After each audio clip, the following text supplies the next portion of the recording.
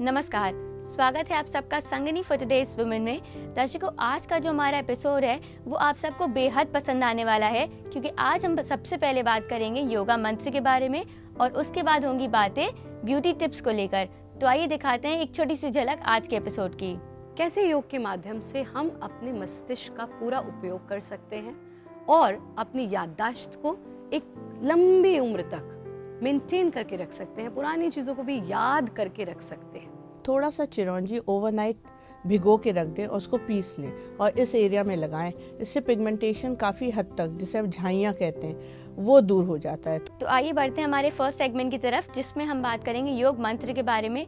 चलिए देखते हैं कि कौन सा योग मंत्र है आज जो कि आप सीख सकते हैं और आप उसको अपनी हेल्थ इंप्रूव करने के लिए यूज कर सकते हैं। चलिए देखते हैं। न तो अहम कामये राज्यम न सुखम न च पुनर्भवम कामये दुःख तप्तानां प्राणिनां आर्तनाशनम। नमस्कार, हम यहाँ चर्चा कर रहे हैं हमारे देश की मातृशक्ति की, महिलाओं की समस्याओं की और उन समस्याओं के समाधान की। हमारी मातृशक्ति को अनेकानेक पड़ाव जीवन में उनसे गुजरना पड़ता है, उनको फेस करना पड़ता है और इन पड़ावों में के साथ साथ बहुत सारी रिस्पॉन्सिबिलिटीज उनके ऊपर होती हैं। एक निश्चित उम्र में आकर के वो ऐसा महसूस करती है कि कहीं उनकी याददाश्त खोती चली जा रही है, कहीं वो चीज़ें भूलने लगी हैं। कोई चीज़ कहीं रखी, भूल गए कहाँ रखी थी, किसी का नाम बताना चाह रही हैं लेकिन अचानक वो भूल जाती हैं। ऐसी समस्याएं अगर आपको लगता है कि आप भी फेस कर रहे हैं तो आज का एपिसोड निश्चित रूप से आपके लिए ही है। मेमोरी लॉस, इस मेमोरी को कैसे सेव करके रखना है, कैसे योग के माध्यम से हम अपने मस्तिष्क का पूरा उपयोग कर सकते हैं और अपनी याददाश्त को एक लंबी उम्र तक मेंटेन करके रख सकते हैं, पुरानी चीज़ों को भी याद करके रख सकते हैं। भारत योग की छोटी छोटी सी क्रियाएं, आपको सिर्फ 3 क्रियाएं आप करेंगे और आप अपने अंदर एक बदलाव महसूस करेंगे। आप अनुभव करेंगे कि हाँ, मेरे अंदर एक बदलाव है, something is changing inside me. आइए जानते हैं कौन सी वो क्रियाएं हैं जिनका निरंतर अभ्यास करने से आप पा सकते हैं अच्छी मेमोरी, अच्छी याददाश्त। सबसे पहले याददाश्त को बरकरार रखने के लिए हम करते हैं ऊष्ट्रासन का अभ्यास। ऊष्ट्र का अर्थ ही है ऊंट, ऊंट का अर्थ ऊष्ट्र, तो यथा नाम तथा गुणा। आप ऊंट जैसी स्थिति में आ जाएंगे। कैसे करेंगे ऊष्ट्रासन? अच्छे से देखें, अच्छे से समझें और अच्छे से इसे अपनाएं और अच्छे से ही इसका अभ्यास भी करें। ऊष्ट्रासन के लिए इस स्थिति में आ जाएं, यानी कि अर्ध वज्रासन समझ लें इसको। इस स्थिति में आकर के अपने एंकल्स को पकड़ लेना है और एंकल्स को पकड़ के सबसे पहले अपने हिप्स को पुश करना है, कमर का पूरा एक आर्क बना देना है और गर्दन को पीछे ढीला छोड़ देना है। कमर का पूरा आर्क बना दें, गर्दन को पीछे ढीला छोड़ दें। रक्त के संचार को सर की तरफ जाने दें।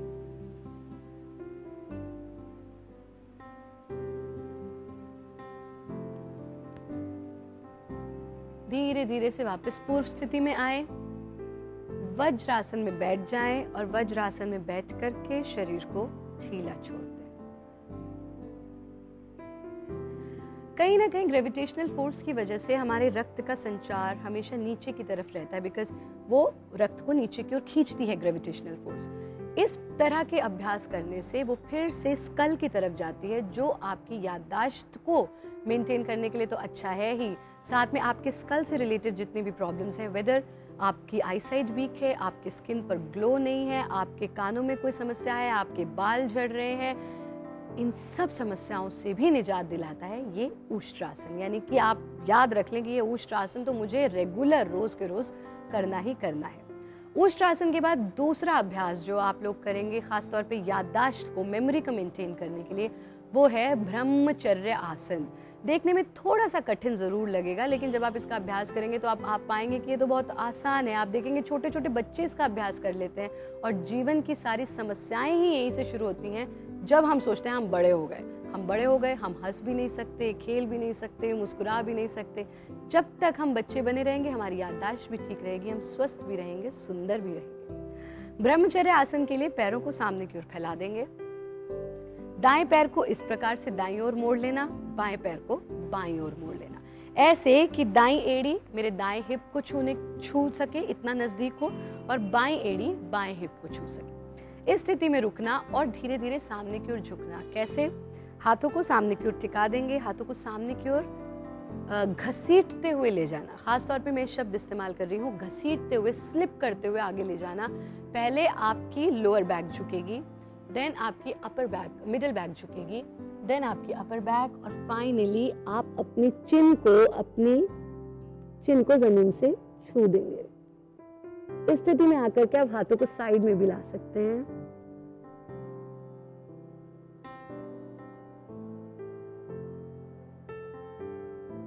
यथा सामर्थ्य यहाँ रुकना, सांस भरते हुए पहले चेहरा ऊंचा उठाना, फिर अपनी कमर ऊंची उठाना, फिर लोअर बैक भी ऊंची उठा लेना, और फिर से पूर्व स्थिति में आ जाना। धीरे से आंखें खोल लेना। ये नहीं सोचना कि अगर आपसे बहुत ज्यादा फॉरवर्ड बेंडिंग नहीं हो रही है, आप नहीं झुक पा रहे हैं, पहला नियम योग का, मेरा किसी से कंपटीशन नहीं है। अगर आप टेलीविजन पर देख रहे हैं, शायद आपको लग रहा हो मैं थोड़ी ज्यादा फ्लेक्सिबल हूँ, मैं बचपन से इन्हीं चीजों का अभ्यास कर रही हूँ, लेकिन ये नहीं सोचें कि हमसे नहीं होगा।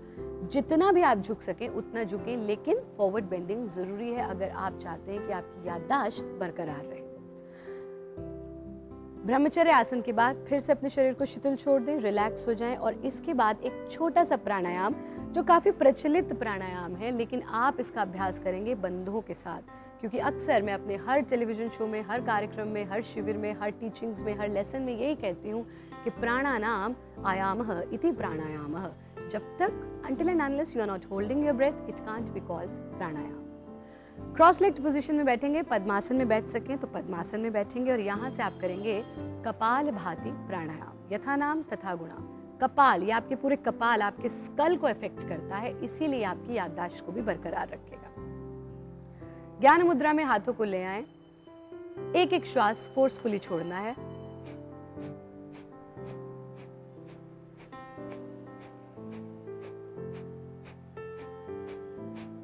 बीस बार कम से कम श्वास छोड़ेंगे। 20वां श्वास पूरा गहरा छोड़ करके पहले आप अपने गुदा को, अपने एनस को संकुचित कर लेंगे, फिर अपने एब्डोमेन को संकुचित कर लेंगे, और फिर चिन लॉक लगा करके इसी पोजीशन में रुके रहेंगे।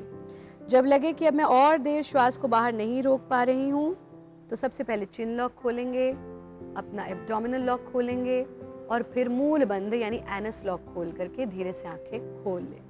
बस इन 3 क्रियाओं का अभ्यास करें। थोड़ी सी बच ले आएं। बच आपको किसी भी अत्तार के यहाँ मिल जाएगी।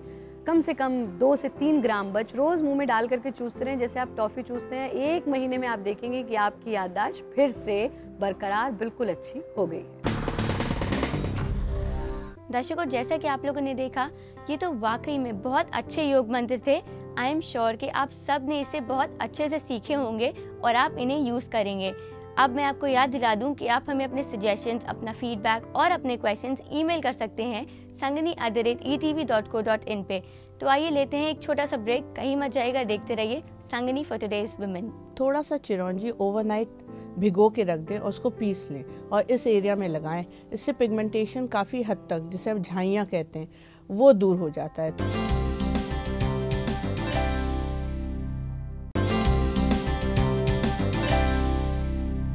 स्वागत है आप सबका एक छोटे से ब्रेक के बाद। आप देख रहे हैं संगनी फॉर टुडेज वुमेन।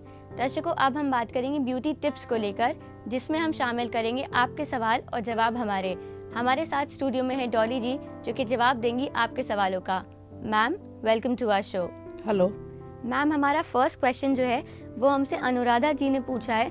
वो कहती हैं कि उनकी नोज पे और उनकी स्किन पे काफ़ी ब्लैक हेड्स हैं और काफ़ी ब्लैक स्पॉट्स भी हैं, तो उसके लिए वो क्या कर सकती हैं? आपको जो ये प्रॉब्लम है ये इस वजह से हो रहा है कि या तो पिगमेंटेशन का, एक्सेसिव पिगमेंटेशन का इशू है, या फिर कुछ हार्मोनल चेंजेस हो रहे हैं। अगर पिगमेंटेशन का इशू है तो आप घरेलू उपचार ये है कि नींबू ना लगाएं। नींबू से और ड्राइनेस होती है, तो आप थोड़ा सा चिरौंजी ओवरनाइट भिगो के रख दें और उसको पीस लें और इस एरिया में लगाएं। इससे पिगमेंटेशन काफ़ी हद तक, जिसे हम झाइयाँ कहते हैं, वो दूर हो जाता है। तो ये जो पैचेस है, इसमें ये ऑब्जर्व करना ज़रूरी है कि ये झाइयाँ हैं कि कोई पैचेस हो रही हैं या सनबर्न है, ये जानना बहुत ज़रूरी है। फ़िलहाल के लिए आप अगर ये चिरौंजी वाला करेंगी तो ये सब चीज़ में आपके लिए वर्क करेगा। और कोशिश करिए कि जब भी सन में निकले तो सन ब्लॉक लगाकर निकलें। अगर आप थोड़ा सा ध्यान दें और अगर इन सब से भी नहीं ठीक हो रहा है तो एक बार हार्मोनल चेकअप ज़रूर कराएं। कभी कभी इन सब वजह से भी ये पैचेस और झाइयाँ तो ज़्यादातर सन के वजह से होती है, लेकिन ये जो पैचेस वाली प्रॉब्लम है ये इस वजह से भी होती है। तो ये इसकी जानकारी आपको लेना बहुत ज़रूरी है। अब मैम हमारा अगला क्वेश्चन हमसे कुंदन ने पूछा है। वो कहती हैं कि वो 28 इयर्स की हैं और उनकी स्किन जो है वो काफ़ी डल है, काफ़ी डार्क है, तो वो क्या करें जिससे उनकी स्किन में जो ग्लो है वो बना रहे? देखिए, सबसे पहले तो आप वाटर इनटेक और जो जूसेस हैं वो बढ़ा दें। जहाँ वो वाटर इनटेक बढ़ता है वो तुरंत आपके स्किन पे रिफ्लेक्ट करता है। जितना ही आप हेल्दी फूड खाएंगे उतना वो रिफ्लेक्ट करता है आपके स्किन पे। कभी कभी क्या होता है कि आप बहुत ज़्यादा स्ट्रेस में भी होते हैं, उससे भी स्किन का जो ग्लो है वो दब जाता है और आपको ये जो प्रॉब्लम हो रही है कि शाइन नहीं है स्किन में, ये भी काफ़ी हद तक दूर हो जाएगा। सेकेंडली, आप ये कर सकते हो कि रेगुलरली किसी अच्छे सैलून में जाकर आप फेशियल कराएं। फेशियल से क्या होगा कि जो भी डेड स्किन के वजह से भी कभी कभी ग्लो एकदम ख़त्म सी हो जाती है। लोग ध्यान नहीं देते हैं और वो अपना पर्थ बनाती चली जाती है। तो कोशिश करिए कि आप अच्छे सैलून में जाकर फेशियल कराएं और डेड स्किन जो भी है या गंदगी है या वाइट हेड्स, ब्लैक हेड्स जो भी आ गए हैं उनको आप रिमूव कराइए। खूब अच्छा सा क्रीम से मसाज करवाइए और लास्ट में जो आप पैक लेंगे वो कोई ग्लो पैक लीजिए। आजकल अवेलेबल हैं वो फ्रूट्स के भी पैक होते हैं, जिससे भी उनसे भी बहुत ज़्यादा ग्लो आता है अपने फेस पे। तो ये आप करें। सेकेंडली, घर पे अगर आप कर सकते हैं तो टमाटर घिस लें, उसका जूस लगाएं या टमाटर का पल्प भी आप लगा सकते हो। इन सब से क्या होगा कि जो डलनेस है वो दूर होगी, क्योंकि fruits are the best vital ingredients for your skin. जी मैम, अब हमारा नेक्स्ट क्वेश्चन हमसे सुमन ने पूछा है। वो कहती हैं कि वो 18 इयर्स की हैं और उनको हेयर फॉल की प्रॉब्लम हो रही है, तो इसके लिए वो क्या करें? सुमन, आपकी जो प्रॉब्लम है उसके साथ आपकी प्रॉब्लम इसलिए है क्योंकि आपका डैंड्रफ है। डैंड्रफ की वजह से बहुत ज़्यादा हेयर फॉल होता है। डैंड्रफ क्या करती है, रूट्स को बिल्कुल कमज़ोर कर देती है। अगर आप डैंड्रफ का ख्याल नहीं रखेंगे तो आपकी ये जो हेयर फॉल की प्रॉब्लम है ये नहीं जाएगी। तो सबसे पहले तो आप डैंड्रफ की ट्रीटमेंट कराइए और जो रिकमेंडेड शैम्पू है वो यूज़ करें और ज़्यादा से ज़्यादा आप अपने स्कैल्प को बिल्कुल ड्राई रखिए। अगर हो सके, आपके पास टाइम है, जैसा कि आप काफ़ी यंग हैं, ओनली 18 ईयर्स ओल्ड, तो इस अभी से अगर आपका इतना ज़्यादा हेयर फॉल होगा तो बाद में आपको बहुत ज़्यादा परेशानी होगी। तो आप इसमें नींबू का रस भी लगा सकते हैं स्कैल्प पे, इससे भी डैंड्रफ काफ़ी हद तक कंट्रोल होता है। और कोशिश करिए, जब इतना एक्सेसिव डैंड्रफ है जिसकी वजह से आपको हेयर फॉल हो रही है, तो देखिए कि आपके स्किन पे ना आए, क्योंकि स्किन पे आएगी तो और भी प्रॉब्लम आपके बढ़ेंगे। हेयर के साथ साथ स्किन पे भी दाने, धब्बे, ये सारी चीज़ें आ जाएगी। तो इसका ध्यान रखना आपको बहुत ज़्यादा ज़रूरी है। मैम, अब हमारा नेक्स्ट क्वेश्चन हमसे मेघा ने पूछा है। मेघा कहती हैं कि उनकी आईज के नीचे काफ़ी डार्क स्पॉट्स हैं, काफ़ी डार्क पैचेस हैं, तो उसके लिए वो क्या कर सकती हैं? देखिए मेघा, जब भी डार्क सर्कल्स की प्रॉब्लम होती है तो उसको इमीडिएटली कहते हैं ना, वॉ फुटिंग पे उसके पीछे लग जाना चाहिए। तो सबसे पहले तो आप ये करिए कि आलू घिस लें और उसको लगाएं। डार्क सर्कल्स के लिए ये बहुत अच्छा रेमेडी है। और अगर पफिनेस है तो आप टी बैग्स भी लगा सकते हो। और डार्क सर्कल के लिए अगर जितने देर आप लगा सको आप ये लगाओ। और अगर बहुत ज़्यादा है, बहुत इंटेंसिव डार्क सर्कल है, तो आपको इसके लिए अंडर आई ट्रीटमेंट लेनी पड़ेगी, जिसमें वो मास्क लगाते हैं और उसके बाद फिर क्रीम देते हैं, वो भी आपको अप्लाई करना पड़ेगा। सिर्फ आलू घिसने से ये नहीं जाएगा, वो कंट्रोल हो सकता है लेकिन इरेडिकेट नहीं होगा, यानी कि जड़ से वो नहीं हटेगा। तो इसके लिए आपको डार्क सर्कल्स वाले क्रीम भी लगाना पड़ेगा। मैम, हमारी आपकी बातचीत चलती रहेगी। दर्शकों, अब वक्त हो गया एक छोटे से ब्रेक का। ब्रेक में जाने से पहले मैं आपको याद दिला दूं कि आप हमें अपने सजेशंस, अपना फीडबैक और अपनी क्वेरीज ईमेल कर सकते हैं sangani@etv.co.in पे।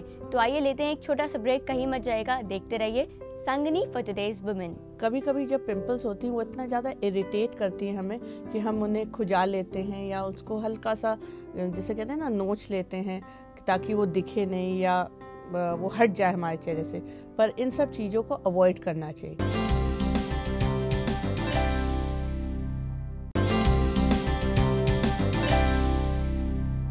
स्वागत है आप सबका एक छोटे से ब्रेक के बाद। आप देख रहे हैं संगनी फॉर टुडेज वुमेन।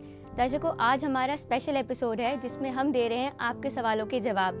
हमारे साथ स्टूडियो में हैं डॉली जी जो कि दे रही हैं आपके सवालों के जवाब। आइए बढ़ते हैं हमारे नेक्स्ट क्वेश्चन की तरफ। मैम, हमारा अगला क्वेश्चन हमें परी ने लिखा है। वो कहती हैं कि शी हैज़ पिंपल्स और उनके मार्क्स भी हैं, तो उसके लिए वो क्या करें? परी, ये पिंपल्स में ज़्यादातर देखा गया है कि मार्क्स रह जाते हैं। मार्क्स इसलिए रह जाते हैं या तो बहुत ज़्यादा डीप रूटेड ये होती हैं पिंपल्स, या कभी कभी जब पिंपल्स होती हैं वो इतना ज़्यादा इरिटेट करती हैं हमें कि हम उन्हें खुजा लेते हैं या उसको हल्का सा जिसे कहते हैं ना नोच लेते हैं ताकि वो दिखे नहीं या वो हट जाए हमारे चेहरे से। पर इन सब चीज़ों को अवॉइड करना चाहिए। जहाँ आपने उनसे खुरचा तो वो अपना मार्क छोड़ जाती है, और अगर बहुत ज़्यादा डीप रूटेड है तब भी वो मार्क्स छोड़ जाती है। कभी कभी तो पिंपल्स की वजह से गड्ढे भी बन जाते हैं फेस पे, कभी कभी वो इतना ज़्यादा गहरा होता है। तो इससे आप परेशान ना हो। अगर पॉसिबल हो तो आप डाब का पानी रेगुलरली लगाइए। आपको लगे कि जब भी आप धो सकते हैं अपना फेस उससे धोएं, और वेट वाइप्स या कोई भी सॉफ्ट क्लॉथ लेकर उसके बाद उससे पोंछ लें और फिर थोड़ी देर बाद अपना फेस वॉश करें। इससे क्या होगा कि वो जो डाब की पानी होती है वो काटती है, जो भी ये सब निशान होते हैं इन सबको वो दूर कर देती है। तो आप ये करके देखेंगे कि आपको काफ़ी फ़ायदा लगेगा। और ऑफ एंड ऑन जब आपको ये पिंपल्स की प्रॉब्लम है तो किसी स्किन एनालिस्ट के पास जाइए और कोई अच्छा क्रीम या जनरली जो रिकमेंडेड होता है वो जेल पैक्स और जेल क्रीम से जेल से मसाजेस रिकमेंडेड होते हैं। ये कराइएगा तो स्किन में एक टोनिंग बनी रहेगी। और जो जैसे कभी कभी खिंचाव आ जाता है और ये जैसा आप कह रहे हो दाग धब्बा है, ये भी नहीं आता है क्योंकि इट इज़ ट्रीटेड प्रॉपर्ली। तो अभी समय है, आप इसका उपचार जरूर करें। मैम, हमारा नेक्स्ट क्वेश्चन हमें वर्षा ने पूछा है। वो कहती हैं कि उन्हें टिप्स चाहिए फेशियल टाइप्स पे, and ma'am she has a very dull skin, तो उनको ग्लो के लिए भी कुछ टिप्स चाहिए, एंड प्लस उनको कुछ और ब्यूटी टिप्स भी आप बताइए मैम। वर्षा जी, एक तो आपने ये नहीं बताया कि आपका एज क्या है, क्योंकि जनरली क्या होता है कि डलनेस तो है, कभी कभी अगर एज ज़्यादा है तो हार्मोनल चेंजेस की वजह से भी डलनेस आ जाता है। कभी कभी व्हेन यू आर प्रेग्नेंट तब भी डलनेस आ जाता है फेस पर। तो ये जानना बहुत ज़रूरी है। अगर everything is normal, you are anything in your 20s, तो अगर हम ये मान के चलते हैं आप कोई भी अच्छा फेशियल ले सकते हो। ग्लो फेशियल्स आते हैं जिसमें फ्रूट एक्सट्रैक्ट्स होते हैं, उन्हीं का स्क्रब होता है, फ्रूट्स के ही क्रीम होते हैं और पैक भी होता है। अगर आप ये नेचुरल प्रोसेस, ये नेचुरल वाले फेशियल्स जो अवेलेबल हैं ये कराएंगी तो धीरे धीरे मैं ये तो नहीं कहूँगी कि एकदम से ग्लो आ जाएगा, पर धीरे धीरे आप देखेंगे कि ये ग्लो आपके चेहरे पर आता जाएगा और जो ये समस्या है आपकी कि डलनेस और इसकी, ये सुधर जाएगी। और अगर हम आपकी ब्रैकेट 30+ या 40+ के ऊपर रखें तो आप ये फेशियल जो भी कराएं ये विदिन 20-25 डेज का साइकिल बनाएं। ये नहीं कि आप 2 महीने में एक बार फेशियल करा रहे हो, क्योंकि किसी स्पेशलिस्ट के पास ही आपको जाना पड़ेगा। ऐसे वो ग्लो नहीं आ पाएगा, क्योंकि ना तो आप उस तरह के मसाज कर सकते हो, तो क्रीम सीप इन करना प्रॉपर वे में बहुत ज़रूरी है स्किन पे। तो इस बात का ध्यान रखना बहुत ज़रूरी है। ब्यूटी टिप्स में ये है कि आपने स्किन का ज़्यादा से ज़्यादा ध्यान रखें। सबसे ज़रूरी है कि उसको हम हेल्दी कैसे रखें, तो वाटर इनटेक बढ़ा दें। सेकेंडली, अपने स्किन को बिल्कुल डस्ट फ्री रखें। हमारे कंट्री में ये पॉसिबल नहीं है, जितना भी हम बाहर निकलेंगे, जितना भी अपने आप को बचाएं, लेकिन डस्ट तो आती है। तो जब भी आप बाहर से आए अपने फेस को क्लीन करें, खूब अच्छे से क्लीन करके साफ़ करके उसके बाद उसको मॉइस्चराइज करें। अगर आप ये करेंगी तो आप देखेंगी हमेशा एक ग्लो और जिसे हम कहते हैं ना फ्रेशनेस फेस में, ये बनी रहेगी। मैम, हमारा नेक्स्ट क्वेश्चन हमें सोनाली जी ने लिखा है। शी सेज दैट वो 25 इयर्स की हैं एंड पहले उनकी skin was quite fair, but अब कुछ पास्ट 2 इयर्स से उनका स्किन का कॉम्प्लेक्शन काफ़ी डार्क हो गया है, क्योंकि she thinks that pollution and dust is making a skin tan.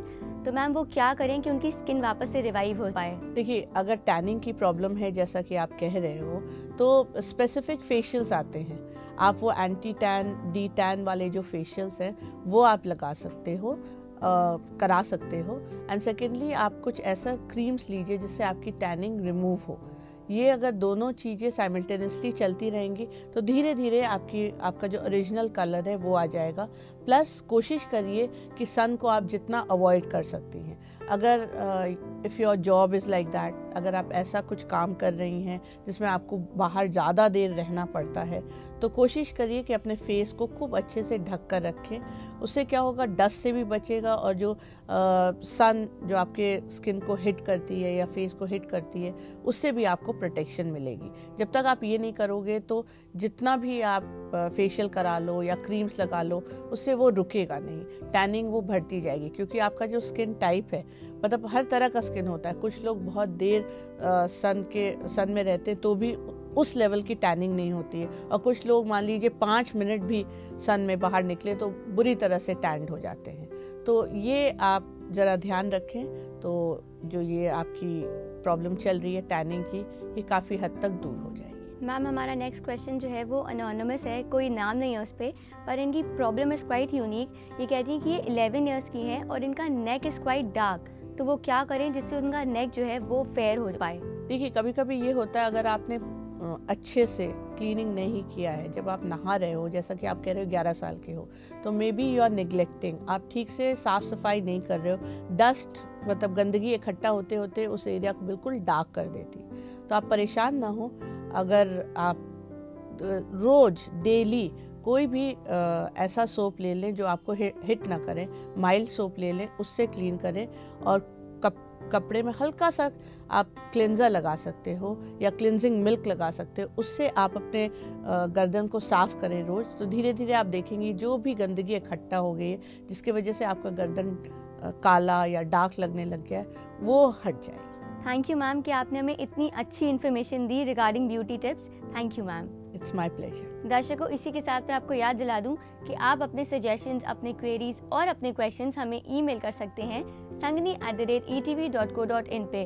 अब वक्त हो गया है आज के एपिसोड को यहीं वाइंड अप करने का, इस वादे के साथ कि नेक्स्ट एपिसोड में फिर मिलूंगी और बहुत सारी जानकारी लेकर। तब तक के लिए मुझे और मेरी टीम को दीजिए इजाज़त। टेक केयर, नमस्कार।